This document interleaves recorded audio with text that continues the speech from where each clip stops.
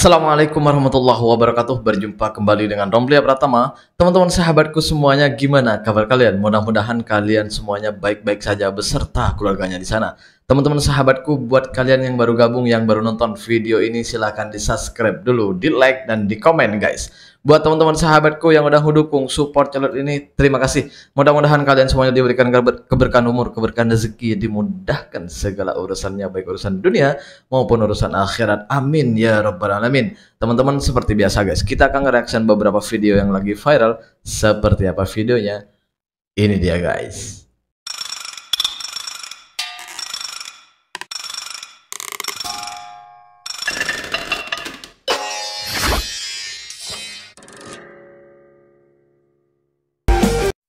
Indonesia resmi masuk 5 besar negara paling kumuh di dunia, menggeser Brasil ke posisi 6. 33 juta warga tinggal di kawasan kumuh, jumlah yang bahkan melampaui penduduk Malaysia. Iya juga ya, melampaui penduduk Malaysia. Itu yang ditinggal di apa ya, sebagai penduduk kumuh ya, yang tinggal di kawasan kumuh gitu. Lebih dari warga Malaysia guys. Banyaknya, jadi semua satu Malaysia itu kalau dikumpulkan itu masih lebih daripada itu guys. Allah. India masih memimpin daftar dengan 262 juta jiwa, disusul Nigeria, Bangladesh, dan Pakistan. Urbanisasi yang meledak memperburuk beban kota besar seperti Jakarta, Surabaya, dan Medan. Apakah ini sinyal kegagalan sistem atau peluang terakhir untuk membenahi wajah kota kita? Ini yang tinggal di kawasan kumuh aja itu, yang udah melebihi masyarakat Malaysia, penduduk Malaysia. Belum lagi yang apa ya, masyarakat kecil yang ada di desa-desa, di kampung-kampung. Belum lagi di kota-kota kecil seperti Jember, Lumajang dan sekitarnya, dan kota-kota lainnya. Belum lagi di kawasan timur Indonesia, barat Indonesia. Itu belum lagi guys. Ini yang tinggal di kawasan kumuh di kota-kota besar seperti Jakarta, Surabaya, Semarang, dan lain-lainnya. Itu yang tinggal di kawasan kumuh aja itu udah melebihi dari penduduk Malaysia. Bayangkan. Wow, ya menurut gue sih ini sistem ya yang harus diperbaiki.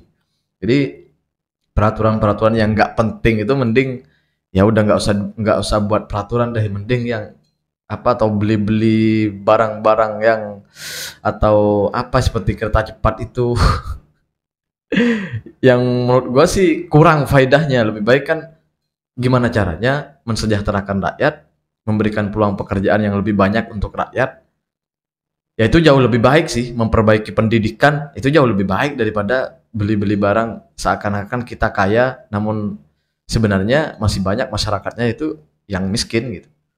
Kan nggak ada gunanya guys, terlihat kaya di mata orang luar tapi nyatanya di dalamnya buruk sekali. Kita lanjut guys. Ini orang Malaysia belanja kayaknya bayarnya guna akad pengenalan negaranya ini. Secanggih ini ya, katanya di sini IC namanya ini. Secanggih seperti ini akad pengenalan warga negaranya di Malaysia. Tengok bayarnya pun guna IC-nya. Canggih luar biasa. Sangat penasaran saya. Ini nanti boleh ditanyakan ini nanti. Kok bisa ya? Di Indonesia belum menjumpai macam ini kawan. Oke, tadi saya nampak orang Malaysia belanja di market 99. Terus dia menggunakan MyCard atau IC. Kalau di Indonesia itu KTP. Saya tanya dulu. Bang. Tadi awak bayar guna IC macam kalau di Indonesia itu KTP, betul lah? Pakai IC. Macam mana boleh bang? Tengok bang. Saya tunjuk macam ni je lah. Oke, boleh. Macam ini ya. Pakai IC lah. Dalam ni kita ada ni hari tu kerajaan bagi lah. Kerajaan bagi ada 100. Setiap yang mana ada IC bagi 100. Okey, terima kasih. Alhamdulillah walaupun 100 okeylah, boleh lah. Kan beli untuk anak-anak. Terbaik lah. Ini kerajaan sudah bagi, terus apa ya, berkualiti. IC-nya itu macam KTP di Indonesia itu di Malaysia luar biasa, bisa diperbelanjakan kawan. Itulah kelebihan IC di Malaysia, berbeda dengan di Indonesia ya. Oke, seperti itu yang saya share buat kalian yang menonton video ini, yang menjumpai video ini. Semoga selalu diberikan kesehatan. Wow, jadi KTP-nya udah apa? KTP-nya itu bisa untuk beli barang, dan kalau nggak salah itu gua soalnya ada kawan ya, banyak kawan, bukan ada kawan, banyak kawan yang orang Malaysia gitu. Kadang untuk apa di tol gitu, apa namanya itu di tol. Kalau di sini boleh digunakan sebagai e-tol gitu. Kalau KTP sini guys, aduh, ya gimana ya KTP sini ya, kayak buatnya susah, tapi gunanya nggak seberapa banyak gitu ya. Buatnya susah guys, sampai berbulan-bulan gitu. Ini aduh. Nggak tahu lah mau bilang apa. Kita sudah belanja lewat smartphone, dia masih pakai kartu begitu, malah bangga pula. Bentar, ini orang Indonesia ini yang komen nih, Syahrul ini. Bentar guys. Kartu apaan? Ini IC bro, Pak KTP bro, KTP kita nggak bisa buat apa-apa. Aduh, nggak ada fungsinya KTP kita itu.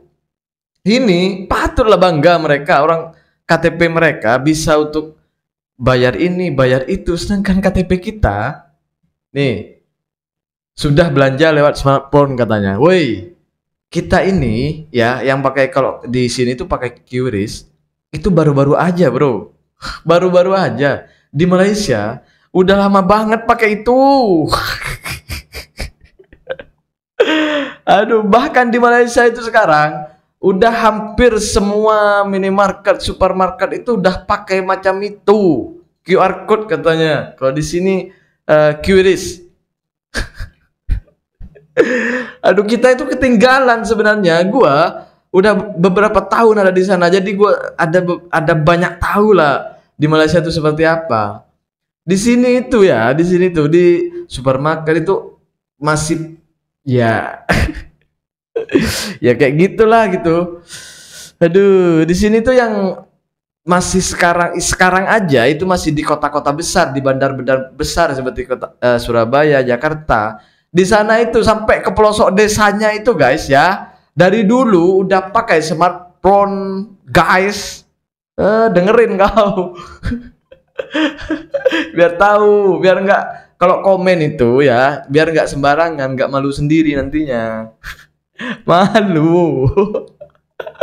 Masa komen begitu sama negara yang udah lebih maju duluan daripada kita. Lucu kalian nih. Lanjut guys.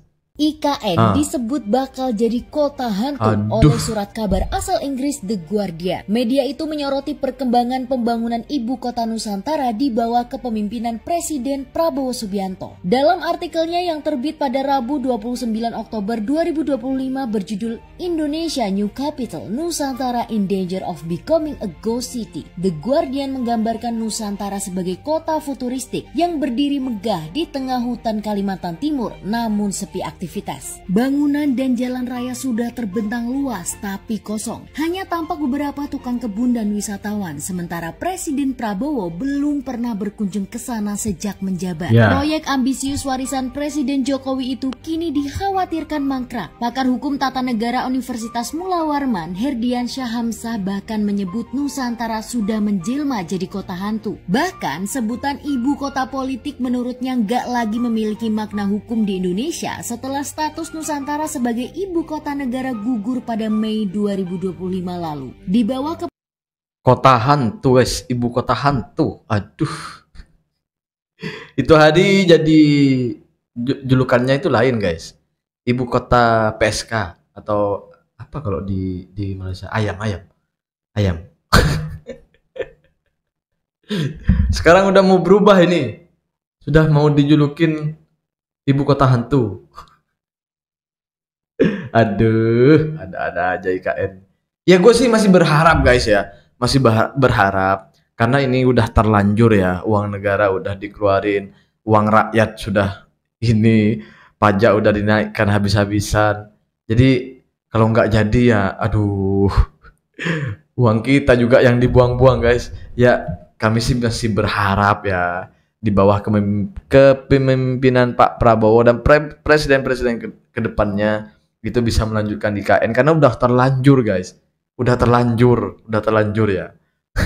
Mau gimana lagi ya, terpaksa harus diteruskan sebagaimana yang sudah direncanakan. Ya mau tidak mau, kan udah namanya udah terjadi ya, mau gimana lagi.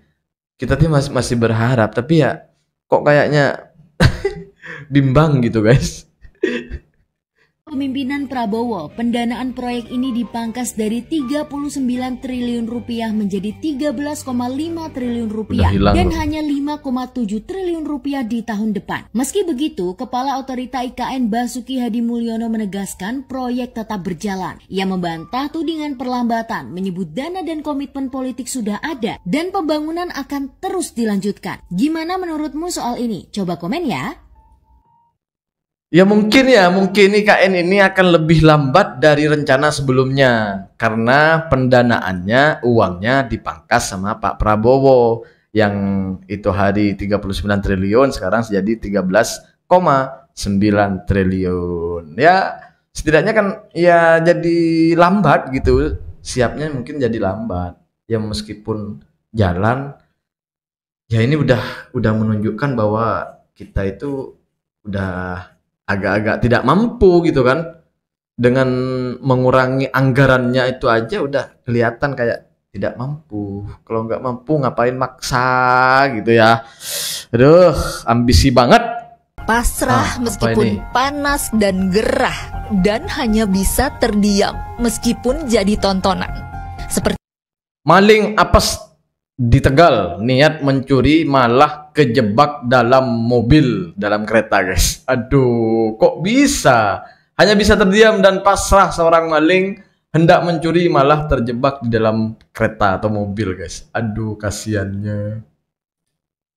Ini posisi maling satu ini terjebak dalam mobil yang awalnya hendak dicuri. Kok bisa ya?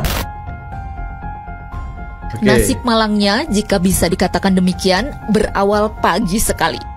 Saat pelaku ini datang dengan niat hati buat mencuri, mobil disambangi. Namun saat ia sudah berada di balik kemudi dan siap melarikan kendaraan ini, alarmnya meraung berbunyi. Aduh. Membangunkan dan membuat pemilik serta warga keluar rumah. Maling panik namun berujung pasrah. Terlanjur terkepung, ia pilih duduk diam di dalam hingga gelap berganti terang. Peristiwa terjadi di kawasan permukiman di area Cucuk Urang, Kota Tegal, Sabtu kemarin. Aduh, pelaku hanya terus diam celingukan di dalam kendaraan hingga petugas datang, mengeluarkannya dari dalam mobil yang gagal dicuri dan memasukkannya ke mobil polisi. Pasrah meskipun panas dan gerah. Kasihan Pak. Lagian kalau nggak punya skill ya mendingan kerja yang lain Pak.